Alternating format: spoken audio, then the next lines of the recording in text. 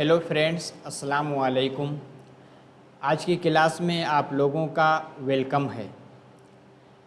आज की क्लास हम लोगों की ब्लूम्स की टेक्सोनोमी के बारे में है। इसके बारे में हमने पहली क्लास में बहुत कुछ सीख लिया है और उसके कंसेप्ट को भी देख लिया है। आज के क्लास में हम लोग देखेंगे जो इन्होंने 3 डोमेन दिए हैं, जो कि एक कॉग्निटिव है, अफेक्टिव है और साइकोमोटर है। उसमें बहुत सारी टर्मिनोलॉजी बयान की गई हैं। उसकी हर एक टर्म के बारे में, उसकी हर एक टर्मिनोलॉजी के बारे में हम लोग इंग्लिश के साथ साथ उर्दू ज़ुबान में भी समझेंगे और देखेंगे इसको हम किस तरह से अप्लाई करते हैं, यानी किस तरह से नाफिज करते हैं। आपको पता है ब्लूम्स की टेक्सोनोमी आपकी हर एक पेडागोजी में पूछी जाती है, चाहे आपका साइंस सब्जेक्ट हो, चाहे एसएसटी हो, ईवीएस हो, मैथ हो, इसी तरह कोई भी आपकी ज़ुबान है, लैंग्वेज है, उसमें ब्लूम्स की टेक्सोनोमी से सवालात आते हैं। तो चलिए हम लोग क्लास की जानिब चलते हैं। जैसा कि आप लोगों को स्क्रीन पे दिख रहा है कि हम ब्लूम्स की टेक्सोनोमी के दूसरे पार्ट को देखेंगे। जिन्होंने पहली वीडियो यानी पहले पार्ट को नहीं देखा है उसको प्लीज़ आप लोग देख लें, ताकि एक मजमूई तौर पर उसके कंसेप्ट को आप समझ सकें।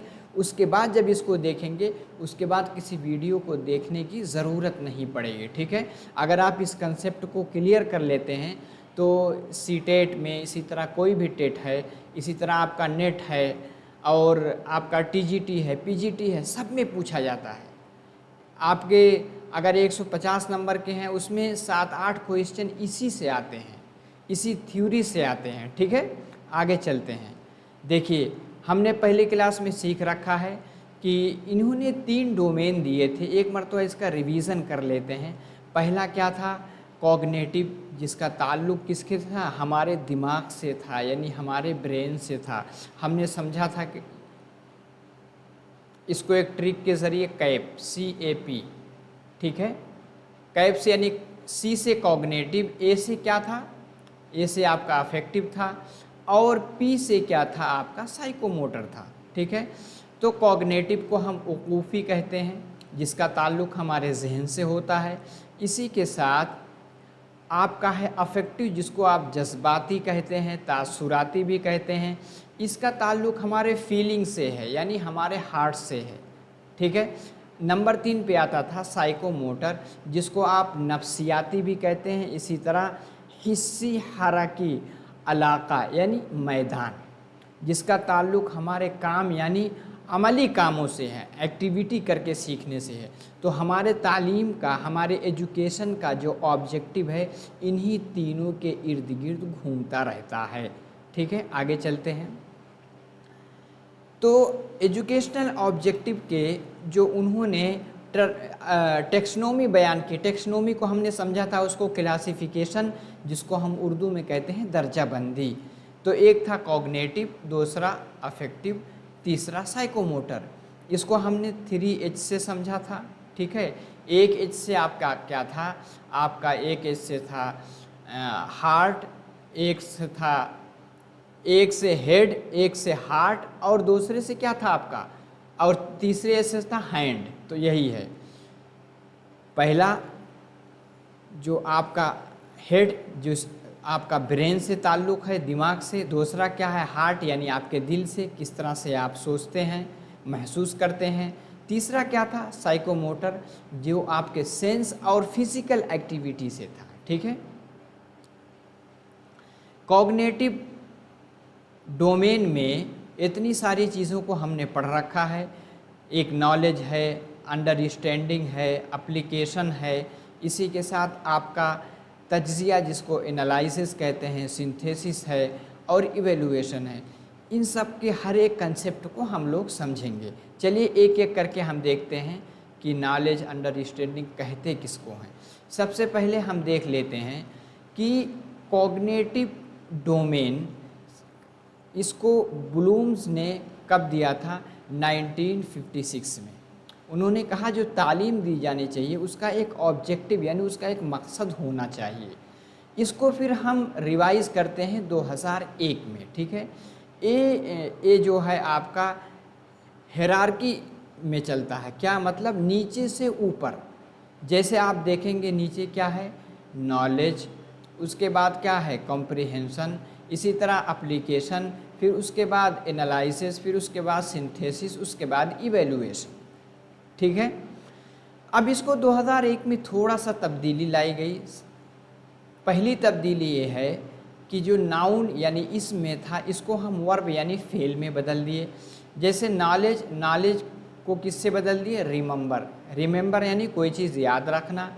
कॉम्प्रिहेंशन यानी कोई चीज़ तफहीम समझना, जिसको अंडरस्टैंडिंग कहते हैं। एप्लीकेशन से हमने अप्लाई बना दिया। एनालिसिस को एनालाइज बना दिया, यानी हमने क्या बना दिया इसको, हमने इसको वर्ब बना दिया। और सिंथेसिस जिसमें हम चीज़ों को जोड़ते हैं, जिसमें चीज़ों को जोड़ते हैं, इसकी जगह पे इवैल्यूएशन। यहाँ इवैल्यूएशन सबसे आखिर में था 1956 में, लेकिन 2005 में 2001 में क्या हुआ, क्रिएटिव। क्रिएटिव यानी कोई नई चीज़ बनाना, कोई नई चीज़ पैदा करना, सबसे आला मकसद यही है, ठीक है, एजुकेशन का। यानी आप इस तरह से सीख लें, यानी खुद उसमें कोई चीज़ बना सकें, कोई चीज़ फॉर्म कर सकें, ठीक है। आगे चलते हैं। अब हर एक चीज़ को हम समझने की कोशिश करते हैं।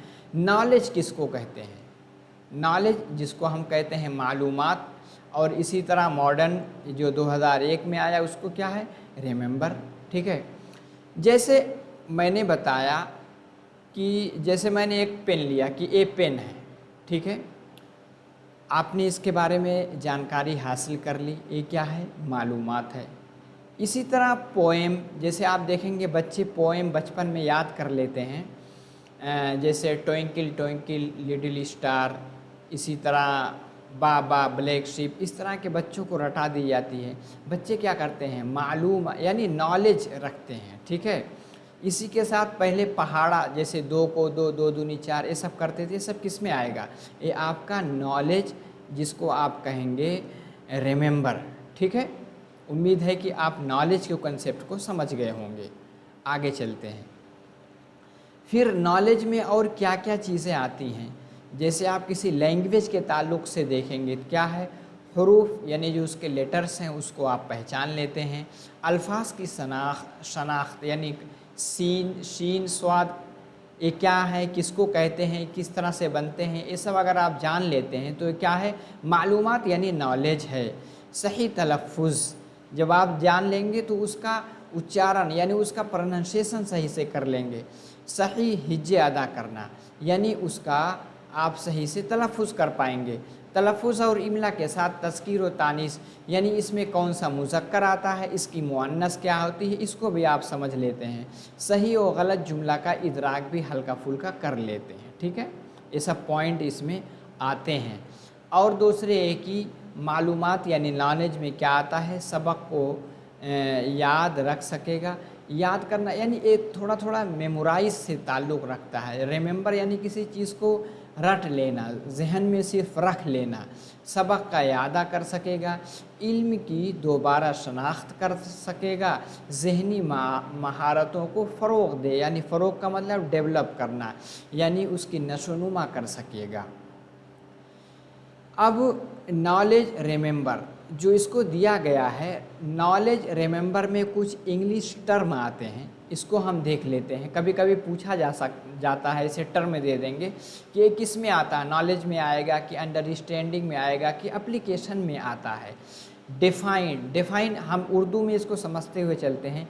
डिफ़ाइन का मतलब किसी चीज़ की तारीफ़ करना। आइडेंटिटी मतलब कोई चीज़ पहचानना। डिस्क्राइब यानी वजाहत करना। और रिकॉग्नाइज किसी चीज़ को तस्लीम करना, मान लेना। टेल यानी किसी चीज़ के बारे में बताना। एक्सप्लेन यानी उसकी तशरीह करना। रिसाइट कहते हैं ना, रिसाइट यानी किसी चीज़ को सुनाना, ठीक है। मेमोराइज यानी रट लेना, आपको पता है। इलस्ट्रेट, इलस्ट्रेट मतलब कोई चीज़ हम मिसाल के साथ उसको बयान करें। किसके साथ? मिसाल, जिसको आप एग्जाम्पल के साथ किसी चीज़ को बयान करेंगे। इलस्ट्रेट एक इसमें आता है, नॉलेज, रिमेंबर में। और कोट का मतलब हवाला देना। कोई आप हवाला देते, कोटेशन जिक्र नकल करते हैं, तो हवाला देना एक इसके लिए कोट, एक इसमें आता है, नॉलेज, रिमेंबर में आता है। ठीक है, आगे चलते हैं। नंबर 2 पे क्या था आपका? कॉम्प्रिहेंशन यानी अंडरस्टैंडिंग, जिसको आप तफहीम उर्दू में कहते हैं।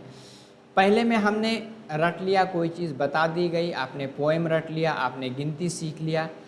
अब यहाँ बताया गया कि 2+2, अगर प्लस का निशान है, 2 मिल करके 4 होते हैं। इस चीज़ को अगर आप सीखते हैं तो कम्प्रिहेंशन यानी अंडरस्टैंडिंग में आती है। इसमें क्या आएगा? मिसालों से वजाहत कर सकेगा। ठीक है, वजूहात बयान कर सकेगा, दर्जाबंदी कर सकेगा। दर्जाबंदी मतलब वही क्लासिफिकेशन करना, अंदाज़ा लगा सकेगा यानी किसी का तखमीना लगाना। ठीक है, ये सब किस में करेगा? कॉम्प्रिहेंशन अंडरस्टैंडिंग में। और क्या चीज़ें आती इसको देख लेते हैं। सीखे हुए उलूम को अपनी ज़ुबान में तौज़ीह तशरीह कर लेना यानी एक्सप्लेन कर लेना। जैसे कोई अशारा, ऊपर जमात का तालिब इल्म है, दर्जा नहुम यानी 9th का, 10th का, 11 का, 12th का, उसमें क्या है? अशार की तशरीह कर लेगा, तलमीहात का इदराक कर लेगा, मौजू मज़ामीन की तलख़ीस तौज़ीह बयान कर लेगा। अंडरस्टैंडिंग यानी तफ़हीम के बाद लिसान ज़ुबान के क़वाइद को समझने के लिए अल्फाज व मानी का मुआजना आपस में कंपेयर कर सकेगा। अस्मा और सिफ़ात में फ़र्क, कौन से इस्म है, कौन सी सिफ़त है, इसमें फ़र्क कर सकेगा। ज़मान व मकान को समझ सकेगा, क्या ज़र्फ़ ज़मान है, क्या ज़र्फ़ मकान है। ठीक है, उम्मीद है कि सारी चीज़ें समझ रहे होंगे। इसमें कुछ इंग्लिश टर्म आते हैं, इसको भी हम देख लेते हैं। समराइज़ करना, समराइज़ का आपको पता है, किसी चीज़ का खुलासा करना। जब बच्चा रट लेगा तो अगर समझेगा तो खुलासा कर लेगा। इंटरप्रेट, उसको अपनी ज़ुबान में कहना। ठीक है, क्लासीफाई आपको पता है, दर्जाबंदी करना। कंपेयर, एक दूसरे से तुलना करना, एक दूसरे से कंपेयर, मुआजना करना। कंट्रास्ट यानी उसका मुखालिफ, उसका मुतज़ाद क्या है, उसको ढूंढ लेना। इसी के साथ इन्फर का मतलब होता है दलील के साथ कोई चीज़ कहना। दलील के साथ कहना उसको क्या कहते हैं? इन्फर। रिलेट, एक दूसरे का रिलेशन, रिश्ता कायम कर सके। ठीक है, एक्सट्रैक्ट माने होता है खुलासा निकालना। कोई भी चीज़ इबारत लिखी, उसका खुलासा निकाल करके अगर उसमें पूरे सफ़ा है, उसमें से 5-6 लाइन में उसका खुलासा कर देना, एक्सट्रैक्ट कहलाता है। ठीक है, पैराफेस का मतलब मुख्तसर तौर पे किसी की तशरीह करना, यानी मुख्तसरन क्या करना? तशरीह करना। साइट का माने मिसाल के साथ किसी चीज़ को वाज़ेह करना, उसको क्या कहते हैं? साइट कहते हैं। ठीक है, उम्मीद है कि सारा कंसेप्ट क्लियर हो रहा है। आगे चलते हैं। देखिए, अगर वीडियो अच्छी लग रही है तो प्लीज़ लाइक करें, शेयर करें। ठीक है, आपका जो भी कॉमन ग्रुप है, बीएड में के हों, इसी तरह आप डिप्लोमा के हैं और टीजीटी पीजीटी की तैयारी कर रहे हैं, आपका जो ग्रुप कॉमन है उसमें शेयर कर दें ताकि सब लोग इसको सीख सकें और आसान ज़ुबान में उर्दू की वजाहत के साथ। ठीक है, और इसी के साथ अगर आप नए हैं तो प्लीज़ चैनल को सब्सक्राइब भी कर लें ताकि जैसे कोई वीडियो अपलोड हो उसका नोटिफिकेशन मिल सके। एप्लीकेशन अप्लाई, ये थोड़ा सा तीसरे नंबर पे थोड़ा डिफ़िकल्ट माना जाता है। किसी चीज़ को अप्लाई करना यानी नाफिज करना, इसमें क्या होता है? इसमें तालिब इल्म सीखी हुई चीज़ को अमली जामा पहनाता है। किसमें? एप्लीकेशन यानी अप्लाई करना। जैसे हमने सीख लिया ए, इसका मतलब जोड़, इसका मतलब घटाओ, तो अब उसके बाद अब जोड़ने लगा, 2 धन 2 बराबर 4 हो गया, और 4 में अगर हम -1 कर देंगे तो 3। इस चीज़ को अगर वो अप्लाई कर लेता है तो क्या होगा? ये एप्लीकेशन में आता है। ठीक है, और हम देख लेते हैं एप्लीकेशन में अगर हम ज़ुबान के ताल्लुक़ से देखते हैं तो एप्लीकेशन में क्या क्या चीज़ें आते हैं। हम मानी, जैसे फ़हम व इदराक, हम मानी अल्फाज को अलग कर लेता है, यानी उसको अप्लाई कर लेता है। क्या? फ़हम व इदराक, तशरीह, तौज़ीह, ठीक है, हम मानी इसको जान जाता है। हम शक्ल जैसे कफ़स, कफ़स आप देखे होंगे, यानी होमोफोन वाले अल्फाज, ठीक है, यानी कफ़स, कफ़स, ठीक है, इसको अगर समझ करके अप्लाई कर लेता है तो एप्लीकेशन में आएगा। मुल्क, मिल्क, ठीक है, मुशाबे आवाज़ जैसे काबिल, काबिल, इसी तरह दाना, दाना, ज़रबुल मसल जैसे ऊँट के मुंह में ज़ीरा और घर की मुर्गी दाल बराबर। ऊँट के मुंह में ज़ीरा यानी बहुत कस के भूख लगी हुई लेकिन खाना बहुत थोड़ा हो। घर की मुर्गी दाल बराबर, इसको कहते हैं कि जो आदमी बहुत काबिल है लेकिन घर में उसकी इज्जत नहीं होती, ठीक है। मुहावरा जैसे दाल में काला होना यानी कुछ गड़बड़ होना, लकीर का फ़कीर होना, बिल्कुल मतलब थोड़ा सा किसी चीज़ में जानकारी रखना। तलमीह जैसे इब्न मरियम, मन व सलवा, ठीक है, यद बैज़ा, इनको अप्लाई समझ कर अप्लाई कर सकना। मुरक्कब जैसे पाजेब, ठीक है, रहम दिल, पाए तख्त, बुए गुल, ऐसे मुरक्कब जो अल्फाज हैं उसको समझ सके। मुफरद जैसे पा जेब, यानी मुफरद करके भी देख, ये सब चीज़ें अगर कर लेता है तो उसको क्या कहेंगे? अप्लाई करना, नाफिज करना। रहम दिल, पाए तख्त, बुए गुल, फ़िक्रा जैसे खुदा के वास्ते उनको गांठ बांध लो, यानी इस चीज़ को जहन में बिठा लो, गांठ बांध लो। अगर इसको समझ लेता है तो ये अप्लाई यानी एप्लीकेशन में आता है। एप्लीकेशन में और क्या चीज़ें आती हैं? रुमूज़ व औक़ाफ़ जैसे वाह, ठीक है, रे वाह, तो ये जो रुमूज़ व औक़ाफ़, इन सब चीज़ को समझ करके अगर सही से इस्तेमाल करता तो एप्लीकेशन में आएगा।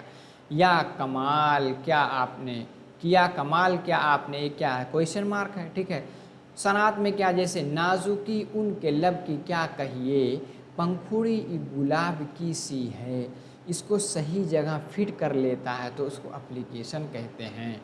मिसरा की तख्ती जैसे तमाशाए अहले करम देखते हैं, ठीक है, एक मिसरा की तख्ती कर सके, ठीक है। तख्ती का मतलब होता है कि उसका वज़न बाहर के एतबार से उसको काट सके, ये सब कर लेता तो एप्लीकेशन में आता है। और एप्लीकेशन यानी इतलाक़, जिसको आप नाफिज़ कहते हैं, सीखे हुए इल्म का मुज़ाहरा कर सके, मुशाहदाती हक़ाइक़ के ज़रिए नतीजा अख़ज़ कर सके, अमल और रद्द अमल के बाहमी ताल्लुक़ात के ज़रिए वाक़फ़ियत हासिल कर सके, पेशीन गोई कर सके, ठीक है। ये सब चीज़ें किस में आता है? एप्लीकेशन में आता है। एप्लीकेशन में कुछ इंग्लिश टर्मिनोलॉजी क्या क्या आती है इसको हम समझ सकते हैं। क्या है? सॉल्व यानी किसी चीज़ को हल करना, चेंज यानी बदलना, रिलेट यानी रिश्ता कायम करना, कंपेयर यानी तकाबुल करना, यूज़ यानी इस्तेमाल करना, स्केच यानी किसी चीज़ का खाका बनाना, इसे टीच यानी पढ़ाना, और आर्टिकुलेट, आर्टिकुलेट मतलब होता है वाज़ेह करना,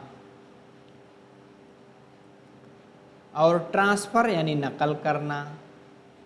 ये सब चीज़ें किस में करते हैं?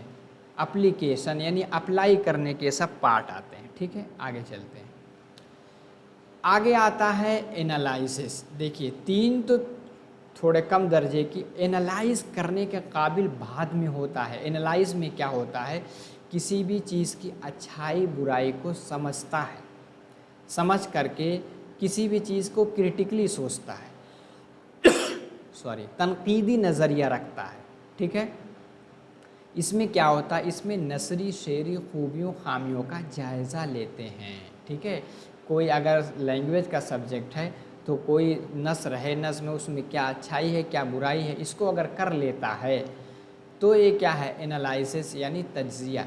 तज्ज़िया जैसे आपने सीटेट का एग्ज़ाम दिया, सीटेट नहीं निकला, आप बैठ करके उसको एनालाइज करेंगे, कौन सा पॉइंट मेरा क्लियर नहीं था, क्या मैंने टाइम का सही से मैनेजमेंट नहीं कर पाया, या इसी तरह किसी भी इम्तिहान में आप नाकामी करते हैं तो आत्म मंथन करते हैं, बैठ करके सोचते हैं, वही क्या कहते हैं? एनालाइज कहते हैं, ठीक है।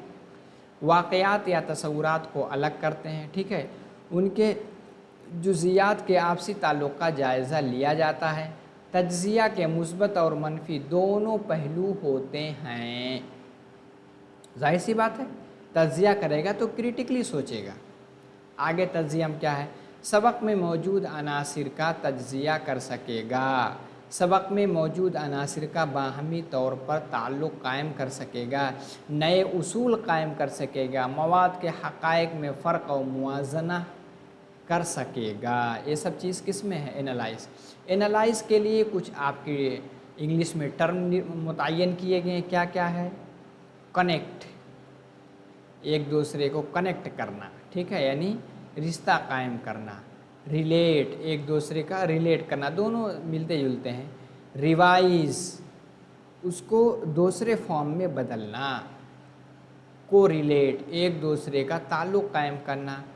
डिस्टिल, डिस्टिल का मतलब होता है लफ्ज़ी तौर पे बर्बाद करना, लेकिन मुहावरी तौर पे माना है डिस्टिल यानी कोई भी चीज़ है उसकी हर एक चीज़ को खोल लेना, खोल करके उसकी अच्छाई बुराई को समझना, ठीक है।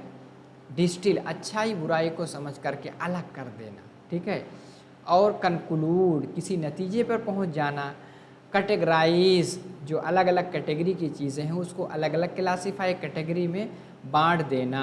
टेक अपार्ट, टेक अपार्ट मतलब किसी चीज़ को अलग करना। वही तज्ज़िया में क्या करता है, पार्ट पार्ट पार्ट पार्ट तोड़ करके उसको फिर हम समझने की कोशिश करते हैं। आप सिंथेसिस है, सिंथेसिस को नए उसमें क्रिएट, क्रिएट सबसे आखिर में आता है 2001 के अकॉर्डिंग।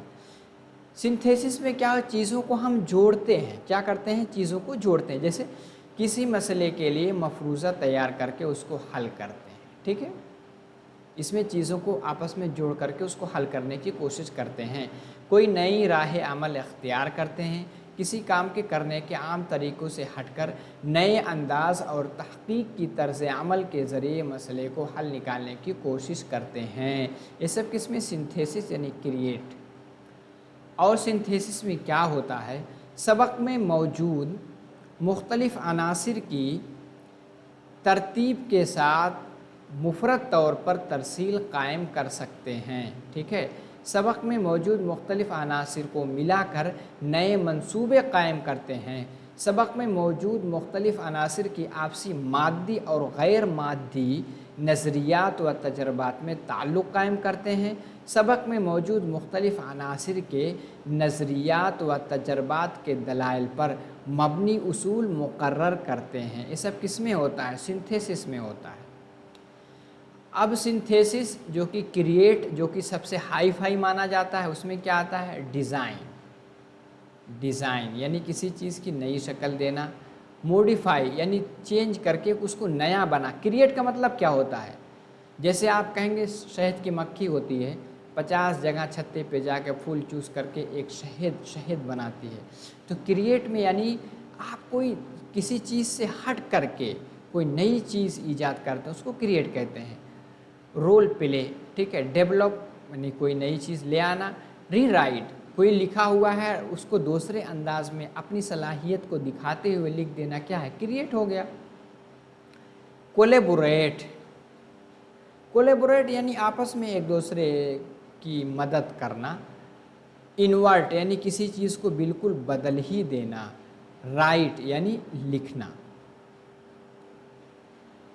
आखिर में आपका तअय्युन क़द्र जो कि इवेल्युएशन 1956 के अकॉर्डिंग आखिर में आता है। इवेल्युएशन में आप क्या करते हैं, इसमें हम अंदाज़े क़द्र करके उमूर व अवामिल का जायज़ा लेते हैं, यानी जज करते हैं, किसी नतीजे पे पहुंचते हैं, रिज़ल्ट निकालते हैं।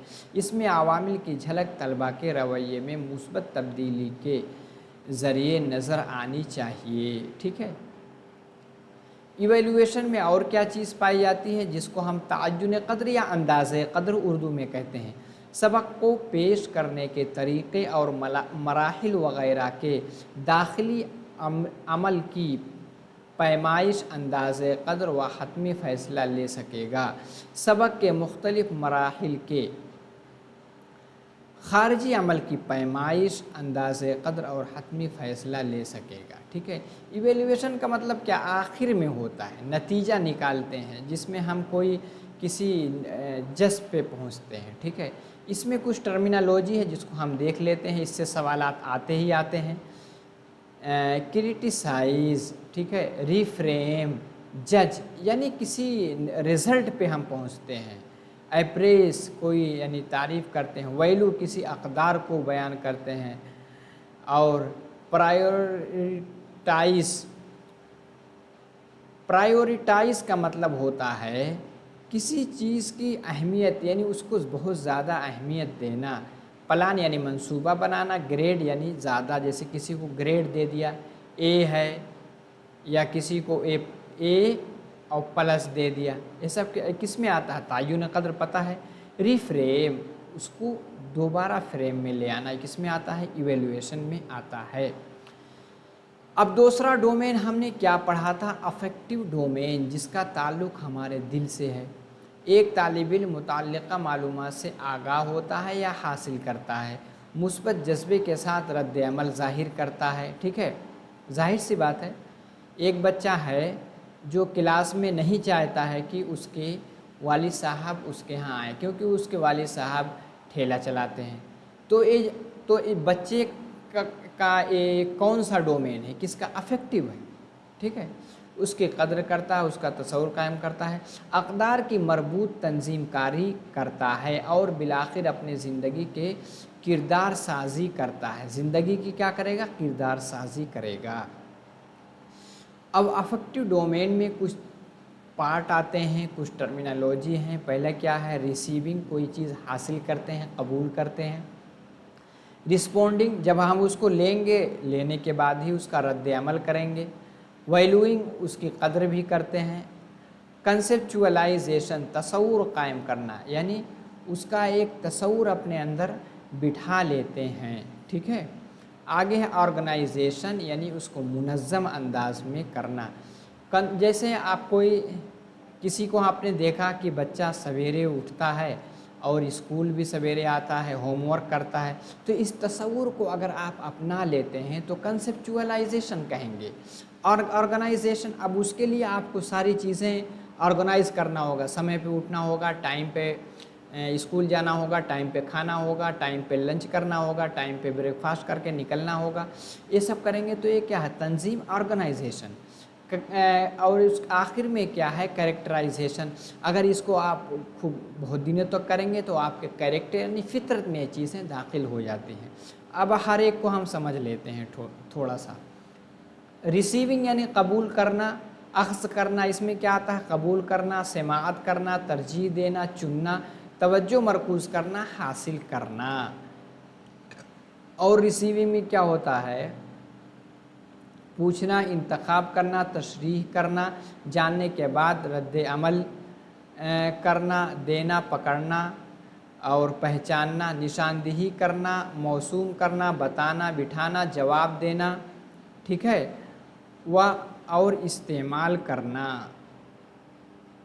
ठीक है, ये यहाँ रिसीविंग लिख उठा है, ये क्या होगा, रिस्पॉन्डिंग। ठीक है, दूसरा जो है रिस्पॉन्डिंग आएगा, क्या आएगा, रिसीविंग में। सर रिसीविंग में तो अख्ज़ करते हैं। ठीक है,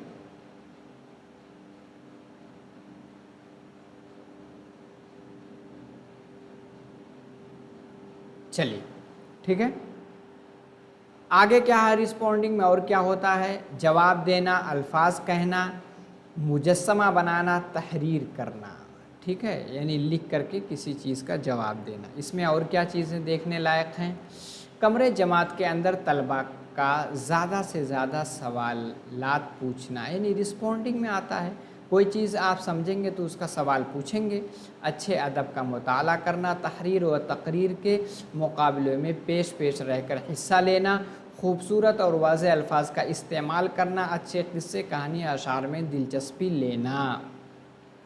तीसरा क्या है, वैल्यूइंग, जिसको आप अक़दार कहते हैं, यानी मुतासिर करना, शामिल करना, इशारा करना, तय करना, शामिल करना आएगा, कबूल करना। कोई भी चीज़ आपने देखा, वो चीज़ अच्छी लगी, उसको अपने अपने वैल्यू में यानी अपने कद अपने अक़दार में उसको बिठा लिया, उसको वैल्यूइंग कहते हैं। कंसेप्चुअलाइजेशन यानी उस कोई तसव्वुर है उसको रच बस जाना किसी के अंदर, यानी फ़र्क बताना, राब्ता कायम करना, मुज़ाहरा करना, मुआज़ना करना, ये सब चीज़ें उसमें आती हैं। और क्या आता है इसमें? अल्फाज, जुमला, तस्कीर व तानीस की शनाख्त, दुरुस्त इमला, हिज्जे की पहचान, ये सब कंसेप्ट यानी किसी लैंग्वेज से रिलेटेड ये सब है कि तस्कीर तानीस को समझ लेता है, दुरुस्त इमला लिख लेता है, हिज्जे कर लेता है, तलफ़ुज़ सही करता है, तो गोया कि उसके तसव्वुर को समझ रहा है।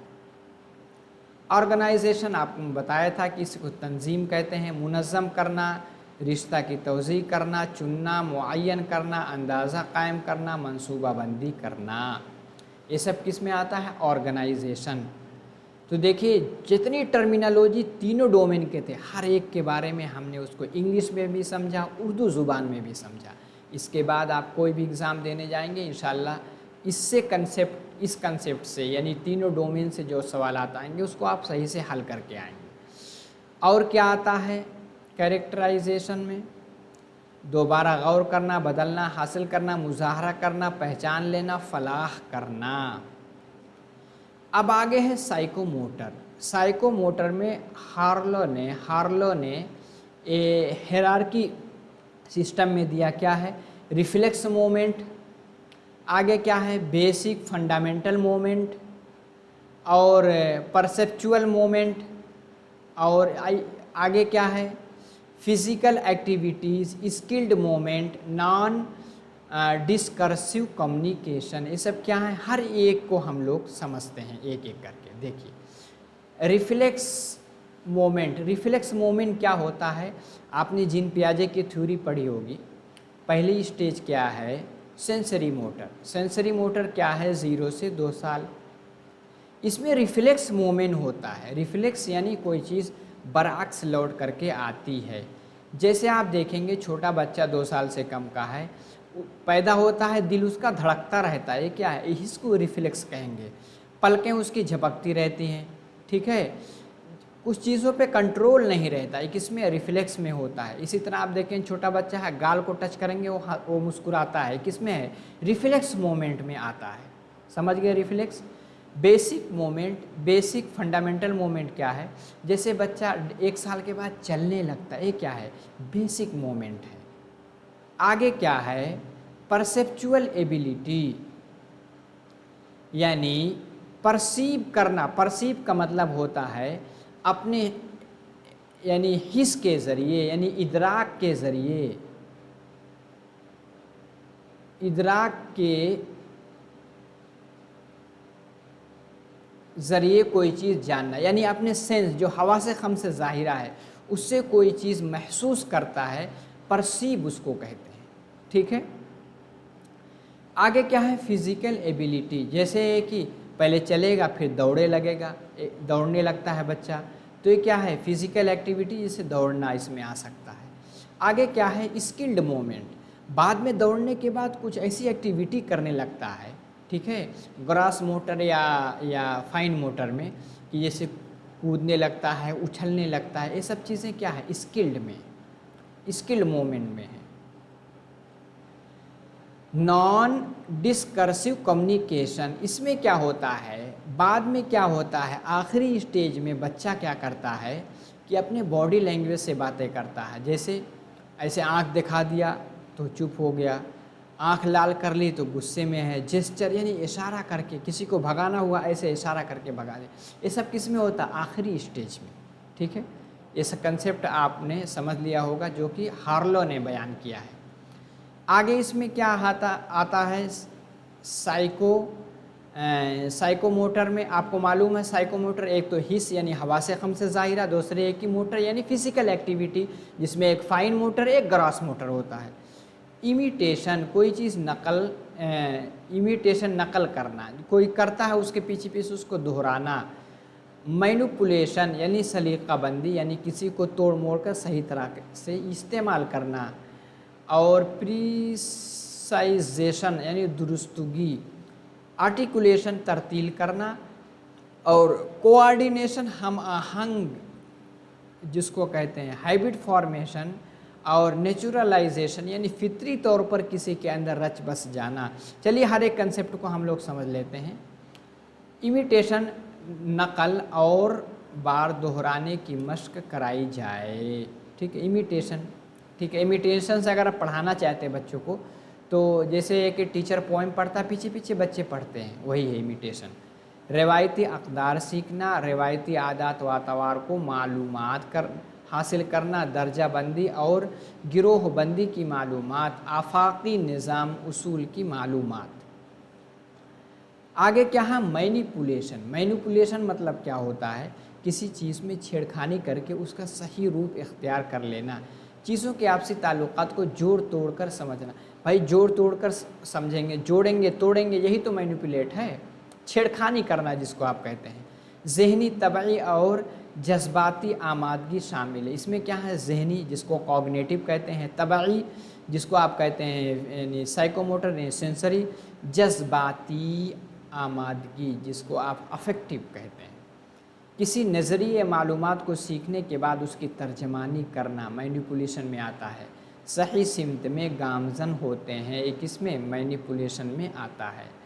और प्रिसाइज़न में क्या आता है, यानी जिसको दुरुस्तगी कहते हैं, इसमें तालिब इल्म दुरुस्तगी हासिल कर लेता है और यही मकसद, यानी कोई चीज़ सही से आप हासिल कर लें, यही क्या है, यही मेन मकसद है। कोऑर्डिनेशन, दो चीज़ें हैं, दोनों में आपस में ताल्लुक़ बिठाना, जिसमें बदलाव दरकार है, इसमें हम आहंग पैदा करना, ये क्या है, कोऑर्डिनेशन होता है। हाइब्रिड फॉर्मेशन, कोई भी अच्छी चीज़ आप बार बार करते हो आपके हाइब्रिड में हो जाती है। जैसे आप किसी को, जैसे आप किसी को देख करके सलाम करते हैं बड़े को, तो इसी तरह आप किसी को भी देखेंगे, चाहे गरीब हो अमीर हो, उसको सलाम ही करेंगे। तो ये क्या है, हाइब्रिड फॉर्मेशन होता है। वकूफ़ी इलाके से वो इल्म हासिल करेगा, जज्बाती इलाके से उसमें तजस्सुस दिलचस्पी पैदा करेगा, हिस्सी और हरकी के इलाके से उसकी सही तरह से तकमील करेगा। ये सब किसमें, नेचुरलाइजेशन करते करते वो चीज़ नेचुरल हो जाती है, हैबिट में हो जाती है। तो हमने सारे कंसेप्ट को, कॉग्निटिव इसी के साथ अफेक्टिव और साइकोमोटर, उसमें जितनी टर्मिनोलॉजी उसको इंग्लिश में उर्दू में हर तरह से हमने समझ लिया। अब कोई चीज़ आपकी बचती नहीं है। ठीक है, इसको सीखने के बाद आप टीचिंग लाइफ में भी इसका अच्छे तरह इस्तेमाल कर सकते हैं। वीडियो अच्छी लगी है तो लाइक ज़रूर करके जाएं, नए हैं तो चैनल को सब्सक्राइब कर लें और बेल आइकन को भी दबा लें ताकि जैसी वीडियो अपलोड हो उसका नोटिफिकेशन आ सके। ऊपर टेलीग्राम चैनल है निज़ाम अकेडमी 22, इसकी लिंक नीचे डिस्क्रिप्शन में, उससे आप जुड़ सकते हैं। इसी तरह लाइक, कमेंट, शेयर और सब्सक्राइब ज़रूर करके जाएं। ठीक है, तो वीडियो अच्छी लगे तो मोटिवेशन के तौर पे आप कमेंट में ज़रूर लिखें, कोई कमी है वो भी लिखिए, उस पर इंशाल्लाह अमल किया जाएगा। तो उम्मीद है कि वीडियो आपको अच्छी लगी होगी। बस आप अपना ख्याल कीजिए और अच्छे से एक टारगेट अंदाज में अपनी तैयारी कीजिए। माअस्सलामा, इलल लिक़ा, सलामु अलैकुम।